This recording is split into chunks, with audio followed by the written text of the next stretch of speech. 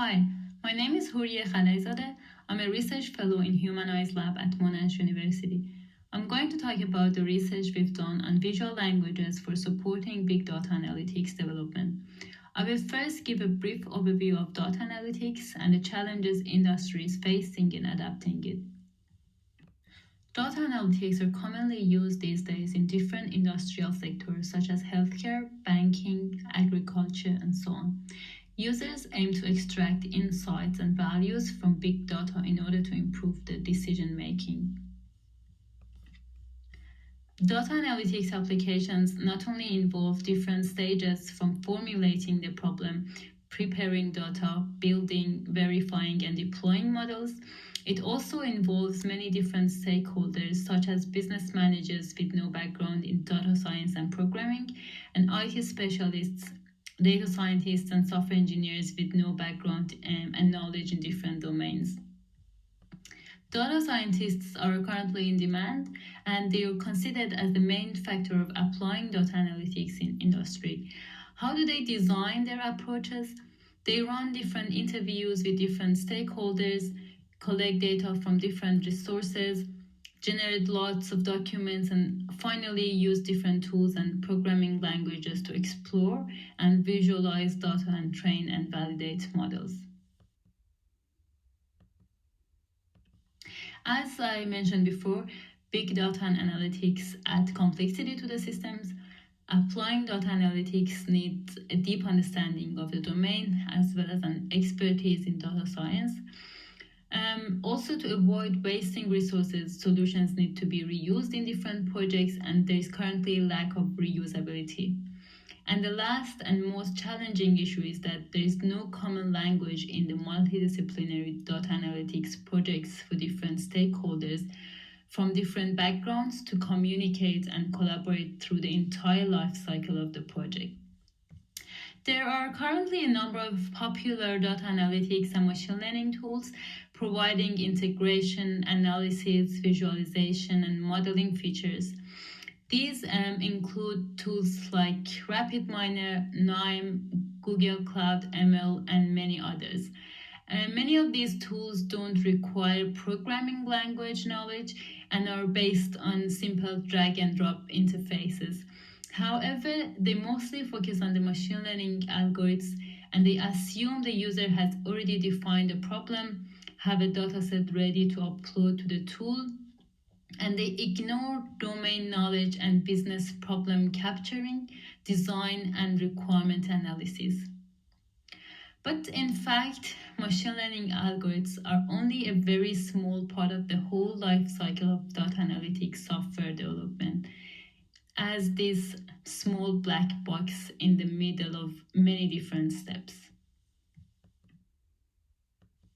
I will shortly introduce our approach, but we'll first talk about a real data analytics application that I'm going to use throughout the presentation. This real traffic data analysis example integrates data from different data sources. So what was the challenge in this problem? There were some issues in the initiation of the project. The project leader and traffic modeling experts identified the need for a big data platform, but without a background in software engineering or data science tools, they were unable to determine whether the big data was likely to meet their needs. Also, the software company lacked understanding of the domain, and therefore was challenging for them to understand what tasks were required of them. And now I introduce our approach and how we used it for this example. This figure shows an overview of our BiDaML approach. Different users such as domain experts, business owners, business analysts, data analysts, and scientists and software engineers create and modify the diagrams in a collaborative way using BiDaML tool. A set of different diagrams are defined for the project to assist all the stakeholders to communicate and specify the high-level objectives, targets, and tasks in a visualized and communicable language. With the users having defined this set of diagrams, the tool can then generate and inform users of the reports, documentations, Python code, and API access code. The notations are designed in a way that are understandable for all the users, and they don't need any knowledge of data science or programming. Also, the diagrams cover all the steps involved in designing data analytics solutions, from early requirement analysis and design through the deployment of the final product. This figure shows how our diagrams are connected to each other from a high level of abstraction to a low level. A brainstorming diagram is defined for every data analytics project. Brainstorming diagram provides an overview of a data analytics project and all the tasks and subtasks that are involved in designing the solution at a very high level. Then, at a lower level, to include more details and involve the participants, we use a process diagram. Process diagram specifies the data analytics processes and steps, including key details related to the participants, including individuals and organizations, tasks, and data items in a data analytics project. Every task in a process diagram can be further extended by technique and data diagrams. Technique diagrams show the step-by-step procedures, processes, and techniques for each subtask in the brainstorming and process diagram at a lower level of abstraction. Data diagrams document the data and artifacts that are produced in each of the previous diagrams in a lower level. Then, the technique and data diagrams are connected to a result-output diagram. Output diagrams define in detail the outputs associated with different tasks, such as output information, reports, results, visualizations, and outcomes. Finally, the deployment diagram, which is defined for every data analytics problem, models deployment-related details at a lower technical level. Deployment diagram details the runtime configuration, that is, the system hardware, software installed on it, and the middleware connecting different machines to each other. Now I go through the notations that we've defined for each of these diagrams and an example diagram designed for the traffic analysis project. A data analytics brainstorming diagram overviews the data analytics project in terms of the specific problem and the task and subtasks to solve the specific problem. It supports interactive brainstorming to identify key aspects of a data analytics project, such as its requirements, analytical methodologies, and specific tasks. In the left side, you can see the visual notation used. It comprises an icon representing the data analytics problem, tasks which the problem is associated with, a hierarchy of subtasks for each task, and finally the specific information about subsystems used or produced. We group the building blocks of a system into 4 groups: domain and business related activities as business ops, data related activities as data ops, AI and machine learning related activities as AI ops, and development and deployment activities as DevOps. Please refer to our paper for more details. In the right side, you can see a high-level brainstorming diagram for traffic analysis example. From this figure, we can see, for example, that sensor data collection will be done in both historical and real-time formats, or SCADS converter is used to convert binary data to an open format. And for example, traffic modeling consists of traffic simulation, driver behavior modeling, demand modeling, and supply modeling. Our next diagram is called process diagram. We adapt the business process modeling notation, or BPMN, to specify big data analytics processes at several levels of abstraction. Process diagrams support business process management for both technical users such as data analysts, data scientists, and software engineers, as well as non-technical users such as domain experts, business users, and customers, by providing a notation that is intuitive to business users, but is also able to represent complex process semantics. In this diagram type, we use different pools for different organizations and different swim lanes for the people involved in the process within the same organization. Different layers are also defined based on different tasks, and data and artifacts produced and used in each step can be shown as icons specific to the source and type of data.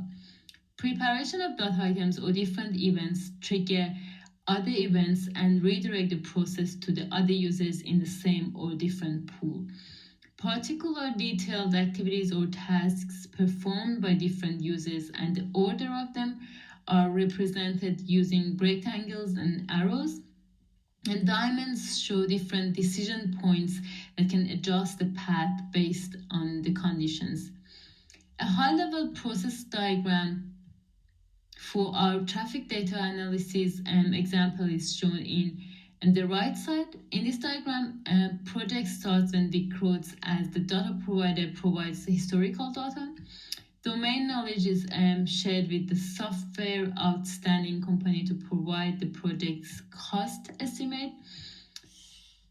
Technical lead develops web-based interface and e-research services provides big data storage and archival using MyTardis, which is a large-scale research data management archival system.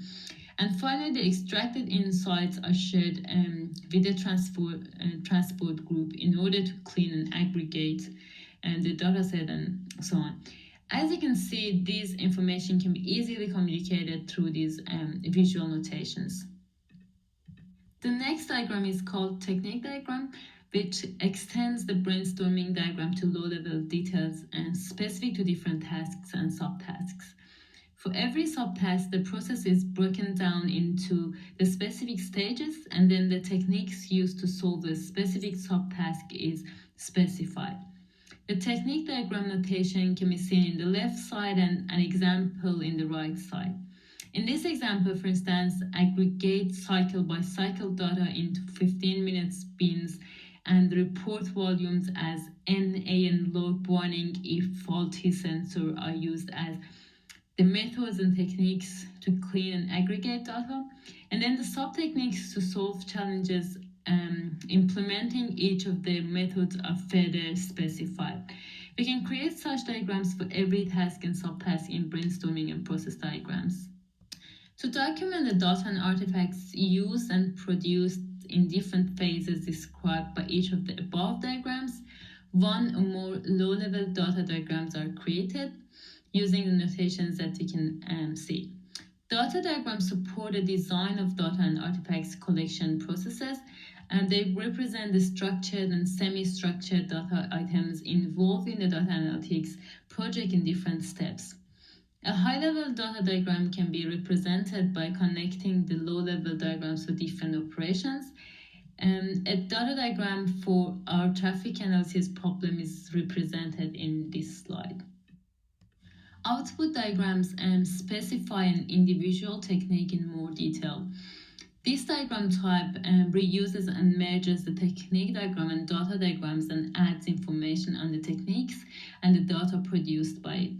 You can also see an application in our traffic data analysis example. Finally, the lowest level technical diagram that we use is a deployment diagram. Since the deployment part follows the same rules as the deployment process in software development, we had initially adapted the deployment diagram from the unified modeling language. You can see our extended UML deployment diagram notation and an example for the traffic analysis in this slide. Deployment diagram is completely changed in our new BiDaML 2 version. You can refer to all these notations and examples in our paper for more information. Next, I discuss how we create these diagrams and how we use them. We've developed an integrated design environment for creating BiDaML diagrams. The tool support aims to provide a platform for efficiently producing BiDaML visual models and to facilitate their creation, display, editing, storage, and code and report generation. We've used Metadata Plus to implement our tool. Using the tool, users can drag and drop the notational elements for each of the diagrams and create all the 6 diagrams we discussed about. And they will then be able to generate template Python code as well as comprehensive documentation of the diagrams and the elements. And they can share the diagrams with the other stakeholders to collaboratively work on them or just share the documentations. And data scientists can build on the template code generated, can embed their own code, and then later reuse the code and documentations for the future projects. We've recently extended BiDaML notations and decreased the number of diagrams to 5 by merging data and output diagrams, as well as improving some of the notations. You can access the latest version of BiDaML in our recent paper published in the Journal of Computer Languages. How we evaluated BiDaML. We did a preliminary physics of notations evaluation for this paper, as well as a comprehensive physics of notation evaluation to achieve the latest version of our notations. Physics of notation is based on different principles to ensure the usability and effectiveness of the visual notations against established theoretical principles without having to involve a large-scale usability trial. We then conducted a user study with different individual users. You can see details of the users listed. We asked the users to carry out a task-based end-user evaluation of BiDaML. The objective was to assess how easy it is to learn to use BiDaML and how efficiently it can solve the diagram complexity problem. The figure shows DevOps part of one of the brainstorming diagrams and 2 of the technique diagrams that the data scientists and software engineers drew to help explain their current work. User feedback indicated that BiDaML was very straightforward to use and understand. Users felt they could easily communicate with other team members and managers and present their ideas, techniques, expected outcomes, and progress expectations, and make agreements and requirements, outcomes, and results through the project. Using this feedback, we've made some minor changes to our diagrams, such as the shape and order of some notations and the relationships between different objects. We then improved and extended BiDaML and ran a group user study to compare BiDaML with the existing modeling languages, and the results show participants mostly agreed that BiDaML was straightforward to understand and learn and prefer BiDaML for supporting complex data analytics solution modeling than the other modeling languages. You can refer to our papers for more details on the studies. We've also used BiDaML for a few real-world use cases such as bank and healthcare. You can find details in the link provided. To summarize, I discussed the importance of big data analytics in industry, the challenges in adopting data analytics in multidisciplinary teams, then introduced BiDaML and discussed how it can help in complicated situations. We've extended BiDaML and are currently working on providing multiple view and elision support for different users. We are also launching a new web-based version of BiDaML very soon. The web-based version is also equipped with a recommender, which recommends similar projects, papers, datasets, and techniques.